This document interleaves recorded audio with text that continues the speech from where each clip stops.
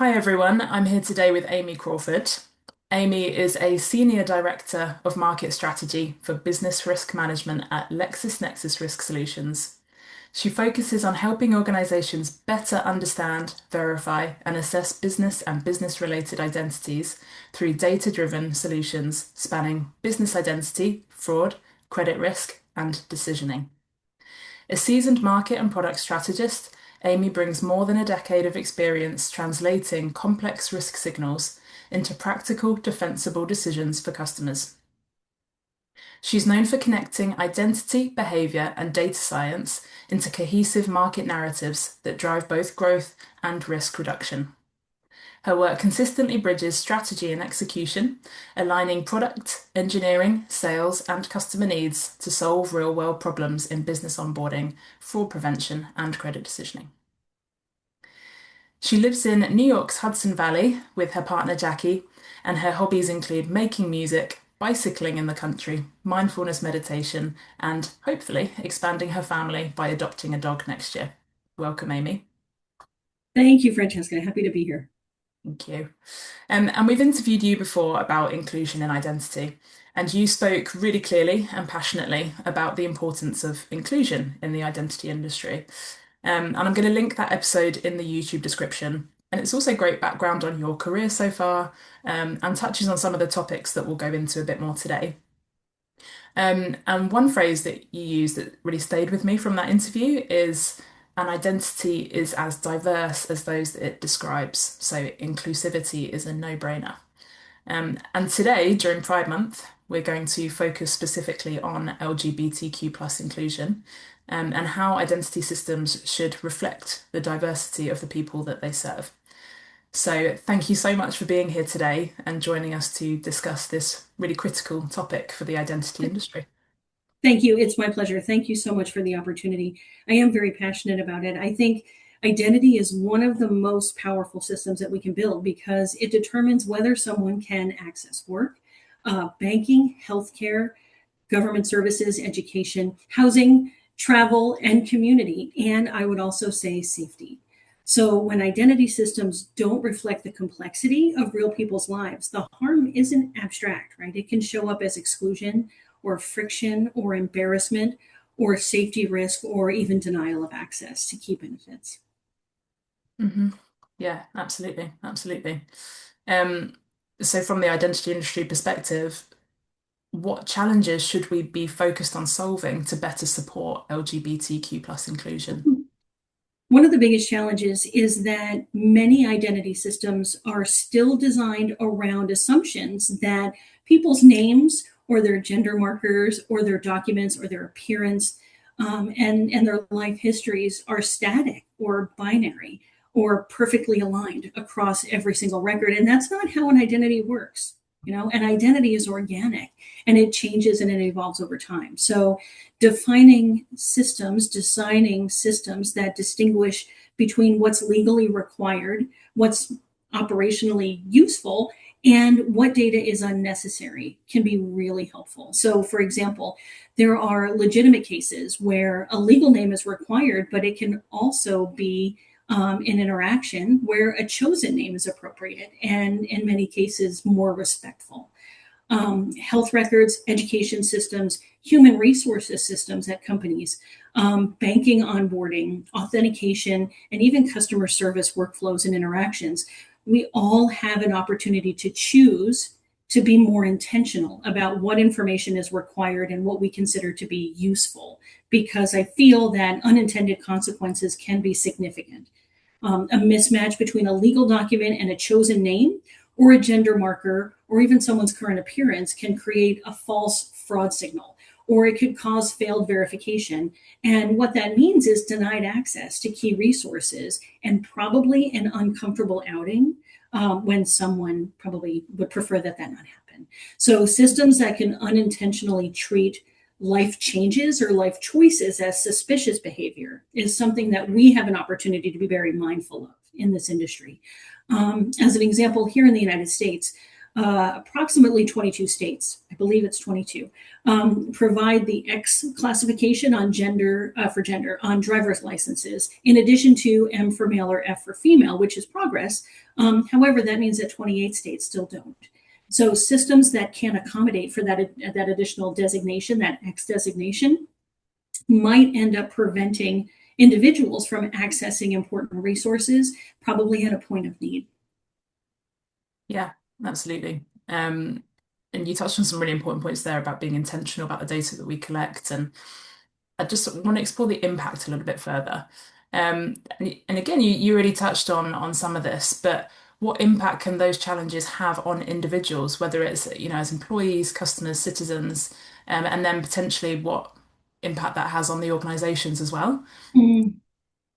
So for individuals, right, for us, the impact can be deeply personal, right? Even if it was unintentional, it can be deeply personal and very practical at the same time. In the LGBTQ plus community, it can show up in instances where someone is misnamed or misgendered or unintentionally outed. Right, but then we see things like denied service or sometimes routed to an unnecessary manual review or forced to explain private information repeatedly. In some contexts, that can be frustrating, but it's important to be mindful because in other cases, that can be unsafe. So, from an organizational perspective, inclusion is it's more than a values issue. It's a trust issue. It's a customer experience issue. It's a compliance issue. And for many people around the world, it's a risk issue. So if you get it wrong, right, you're creating avoidable friction, reputational harm, customer attrition. Gosh, I'm trying to, what else can it create? Employee disengagement internally for employees who may be a part of the LGBT community. And then, of course, potentially discriminatory outcomes. But if you get it right, you're more likely to build systems that are more accurate, they're more trusted, and they're more resilient because they reflect the people that they're meant to serve by meeting them where they are, meeting them at their identity, and not forcing their identity to meet you at your requirements, right? I would say a more concise way of saying it is that when identity systems fail, people don't experience that as a technical issue, right? They experience it as this system doesn't see me, or worse, this system may not be safe for me, right? So Mhm. that could create a serious trust problem. Yeah, absolutely. It's not just a moral issue. It's actually a business, a good Yeah, business decision to think about these issues as well. yeah. Um, so true. So yeah, moving focus from the challenges to the potential solutions, where do you see the greatest opportunities for identity systems to become more inclusive? Well, fortunately, we do have all kinds of opportunities, right? The time is always right to do what's right, to kind of quote Dr. King. I think that there are three good opportunities. First, data minimization in the benefit space when it comes to benefits. We can always ask ourselves, do we actually need this piece of information or this attribute for this particular decision? If we don't, then don't collect it. If we don't need it, let's not get it in the first place. But if we do need it, let's make sure that whoever we're interacting with knows that we're going to protect it carefully and then use it only for the stated purpose. Mhm. And then secondly, flexible identity attributes, I think would be a great opportunity. Again, I had said this before, but systems that can meet people where they are, right? Good systems will support a legal name and a chosen name, or pronouns, or gender identity, or a gender marker, as we discussed earlier, as a distinct field where appropriate. So a thoughtfully designed system will have clear rules for when each field is displayed and when each field is used. Mhm. And so, just to take that a little bit further, items like a chosen name, right? If a chosen name differs from a legal name, that chosen name shouldn't be treated as an alias risk by default, right? The system should not be constructed to treat a chosen name as an alias risk by default. And a name change, right? So if an individual decides to go forward with a name change, that shouldn't automatically look like fraud also, because it's not always indicative of fraud. And then Yeah. lastly, better exception and remediation paths, I think, can create a smoother path to inclusivity. Even the very best systems out there can encounter a mismatch. Mhm. Right? Everybody makes mistakes. So when there is a mismatch, right, the question is whether the user is given a respectful and a safe and an efficient way to resolve that issue, right, as opposed to the worst case scenario where that individual runs the risk of being humiliated or even locked out of a system and then denied access to something. And I appreciate Women in Identities framing because the organization's mission is not just about representation inside the industry, right? It's about building identity systems with diverse teams so that solutions themselves enable civic, social, and economic empowerment. And to me, that's exactly the right lens. Yeah, brilliant. And thank you for those specific examples. I think that will really help people that are watching this to think about those issues. And thank you also for touching on Women and Identity's mission, because as you say, you know, Women and Identity believes that diverse teams, where people feel able to bring their whole selves to work, are better equipped to build solutions that serve diverse communities. What Yeah, I'm a does big fan. I'm a big fan, Yeah, Francesca. thank you. What does meaningful LGBTQ plus inclusion in the workplace look like to you? Um, Beyond policies, statements, or pride campaigns? Interesting. So to me, meaningful inclusion is what happens after Pride Month ends. It's the other 11 months in the year. And it shows up in everyday systems, everyday behavior, and everyday decision making. It means that people can use the names and the pronouns that reflect who they are. It means that things like benefits are inclusive. It means managers are trained and not just well informed. It means that LGBTQ plus employees are not expected to educate the entire organization, right? It means psychological safety exists in meetings. It means performance conversations. It means being mindful about travel policy. It means being very mindful about how we show up for LGBTQ customer interactions. And it also provides leadership opportunities. I'm proud to say that Lexis it meets all of those requirements. I'm very pleased. I wouldn't be here for 16 years if it didn't. It also means that LGBTQ plus and other voices are included early on in product design, right? Not just brought in to validate decisions that have already been made, right? If we believe that diverse teams build better identity systems, then inclusion has to be operational, right?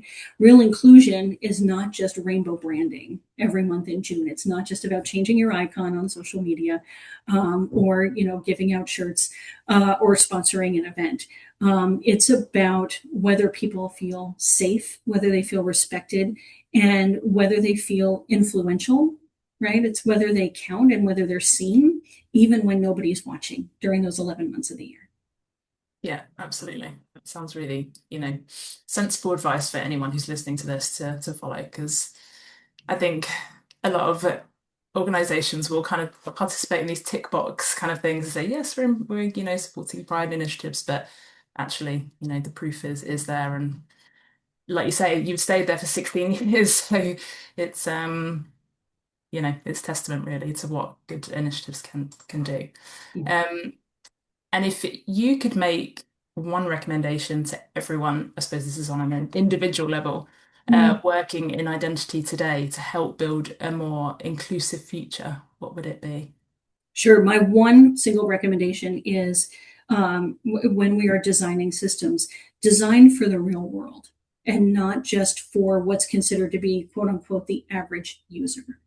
Hmm. Right? Identity systems often fail. I was going to say fail, but they often fail when they're designed around that easiest identity journey.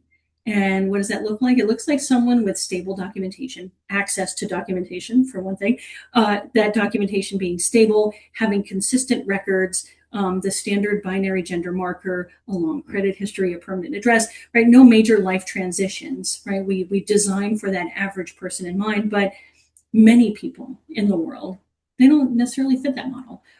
It could be because we're speaking about it, it could be LGBTQ plus individuals, but it could also be other folks. It could be immigrants. It could be survivors. It could be very young people just starting out. It can be older adults. It could be people experiencing homelessness, or people changing their names after a marriage or a divorce. People with what we call thin files, right? We've all experienced this before, but all of these types of people all will experience and interact with identity systems very differently. So if I could be bold enough to say, I would challenge everybody in identity with three questions. One, who might your system exclude? And what assumptions are we making about identity? And then lastly, how will someone safely be able to correct that record when the system gets their record wrong? Right? I think that mindset makes for systems that are better for all types of communities, not just the LGBTQ plus community. It makes identity systems better for everybody. I don't think you have to be a member of every community to be accountable for building systems that serve every community well, right? And in identity, it's our responsibility to listen carefully, right? We have to question assumptions and recognize that the systems that we build have real consequences in people's lives, right? Inclusive identity is not softer identity, it's more accurate identity. Yeah, yeah, brilliant. Thank you. I think those three questions are going to be something that people can take away from this conversation and actively implement in their organization. So thank you for that. That's great. It's my pleasure. I think identity, when we work in identity, we're working with something deeply personal. So we do have an obligation to build systems that protect people, not systems that prove over and over again whether or not someone belongs. Yeah, yeah. Thank you for summarizing that. That makes a lot of sense. And thank you so much for joining us and for sharing your insights and experiences today. Francesca, it's my pleasure. Thank you so much for the opportunity. Oh, thank you. Yeah, it's been a great conversation, and I know that our audience will take a great deal away from it. And you've highlighted the challenges we still need to address, but also the opportunities we have to create identity systems that work better for everyone.